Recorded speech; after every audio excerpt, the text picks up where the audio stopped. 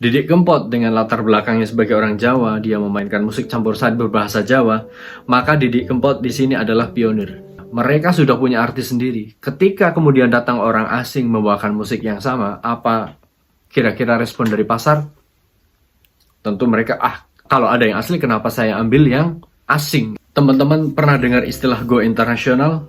Istilah go internasional itu dipakai oleh artis, penyanyi, pemain film dari Indonesia terutama yang berharap bisa menjadi seniman kelas dunia, kemudian dia pindah ke negara lain seperti Amerika Serikat, atau kemudian dia mengunggah album lagu-lagu mereka dalam bahasa Inggris dengan harapan mereka bisa berkiprah secara internasional, antar bangsa, mendunia.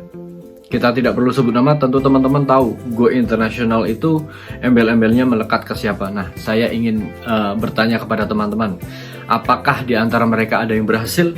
Apakah di antara mereka ada yang kemudian sukses menggapai mimpinya menjadi penyanyi kelas dunia? Dalam hal ini saya bicara tentang penyanyi pop ya, karena rata-rata mereka yang mengklaim ingin go internasional biasanya itu kalau tidak penyanyi pop, rock, atau artis lah, pemeran film ya. Saya ingin bertanya sekali lagi, siapa di antara mereka yang sukses? Teman-teman silahkan jawab sendiri, hanya segelintir bukan? Baik, sekarang pertanyaannya saya ganti. Teman-teman tentu tahu Didik Kempot ya. Didik Kempot adalah penyanyi campur sari asal Solo. Sekarang sudah meninggal dunia, namun karyanya tentu masih melekat di telinga kita. Didik Kempot itu tidak pernah mengeklaim dia akan go internasional.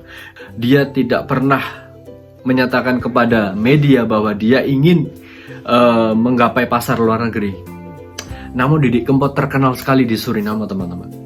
Didik Kempot sangat laris di Suriname. Lagu-lagu Didik Kempot itu bahkan dikenal oleh kalangan muda, anak-anak muda dari Suriname. Apa yang membedakan artis Indonesia di kancah pop atau rock atau pemeran film dengan Didik Kempot yang menggeluti musik campur sari? Originalitas, teman-teman. Authenticity.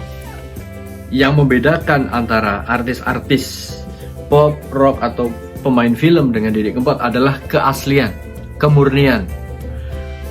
Didik Kempot, dia datang dari latar belakang orang Jawa Tengah yang memainkan musik yang membawa latar belakang atau mewakili latar belakang orang-orang Jawa, yaitu musik campur sari. Artinya musik itu sebenarnya latar belakangnya adalah keroncong berbahasa Jawa, kemudian diberi sentuhan-sentuhan musik pop atau musik dangdut. Nah, sementara di sisi lain, artis-artis yang menggantang nasibnya ingin menjadi penyanyi pemeran film tingkat internasional biasanya menawarkan musik yang seleranya sudah ada atau pasarnya itu sudah terbentuk mengikuti artis-artis yang sudah mapan di luar negeri. Mereka itu mengikuti apa yang sedang ngetren di luar negeri. Mereka itu bukanlah pelopor, mereka itu bukanlah mereka membawakan lagu, mereka membawakan karya yang mana bukan berasal dari latar belakang mereka. Sekarang saya tanya, ada berapa musisi rock atau pop yang berasal dari non-barat? Artinya musisi atau penyanyi atau band yang yang berasal dari negara-negara non-barat seperti Amerika atau Eropa. Teman-teman silakan dicari musisi Jepang atau bahkan musisi Timur Tengah yang mana itu laris manis di Amerika, laris manis di Eropa, atau dari Afrika sekalian. Coba sebut yang kemudian tetap membawa latar belakang mereka, kepribadian mereka, jati diri mereka, namun mereka membawakan musik yang mana itu sudah memiliki seniman ratusan atau bahkan ribuan dari asalnya sendiri, dari barat sendiri. Musik rock misalnya.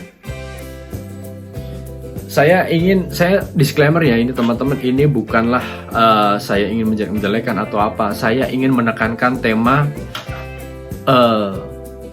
orisinalitas adalah pionir. Mengapa demikian? Karena seperti yang saya bilang tadi, Didi Kempot dengan latar belakangnya sebagai orang Jawa, dia memainkan musik campur sari berbahasa Jawa, maka Didi Kempot di sini adalah pionir.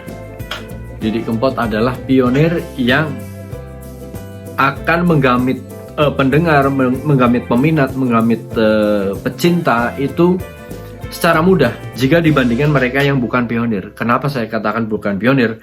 Karena musisi-musisi ini, musisi-musisi atau seniman atau pemain film, pemeran itu yang berharap bisa berkiprah di luar negeri itu datang tidak dengan jadi dirinya, teman-teman.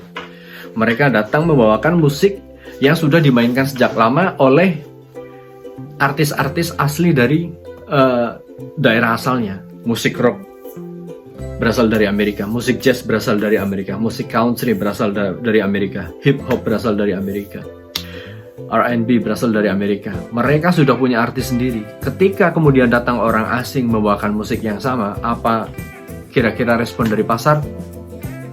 Tentu mereka, kenapa kalau ada yang asli kenapa saya ambil yang asing gitu. Sama halnya ketika ada kontes dangdut di TV misalnya, teman-teman.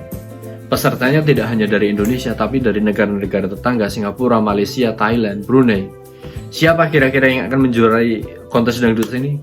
90% adalah orang Indonesia. Kenapa? Karena orisinalitas adalah pionir. Orisinalitas adalah kunci. Orisinalitas adalah pembeda. Seperti halnya tadi Didi Kempot, dia memainkan musik yang orisinal dari jiwanya, dari latar belakangnya, dari jati dirinya. Ketika dia sudah memadukan itu semua, maka dia akan menjadi pionir.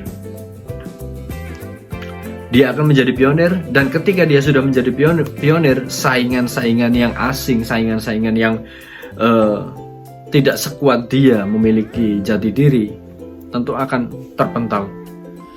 Didi Kempot tidak pernah mempromosikan dirinya sebagai artis yang ingin go internasional, tidak pernah repot-repot keliling dari radio ke radio di Suriname untuk mempromosikan lagu-lagunya, namun dia menjadi artis top di Suriname. Nah, sekali lagi, orisinalitas adalah pionir, keaslian adalah pionir. Konteks yang ingin saya hubungkan dengan video ini adalah teman-teman temukan orisinalitas teman-teman, kawan-kawan, temukan apa kepribadian jati diri teman-teman. Insya Allah dengan menemukan, memahami betul orisinalitas teman-teman, langkah ke depan akan semakin mudah karena teman-teman sudah membawa separuh modal untuk menjadi juara, untuk menjadi nomor satu, untuk menaklukkan mimpi teman-teman. Oke teman-teman, itu saja, terima kasih.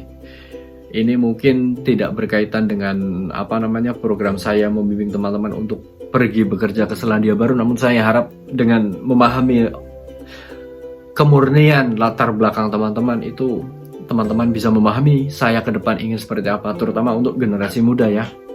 Saya ingin seperti apa ke depan.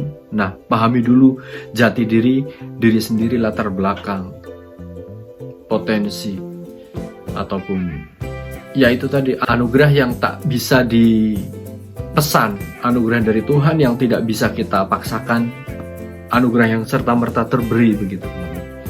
Insya Allah kita jumpa di video-video saya selanjutnya. Terima kasih. Assalamualaikum warahmatullahi wabarakatuh.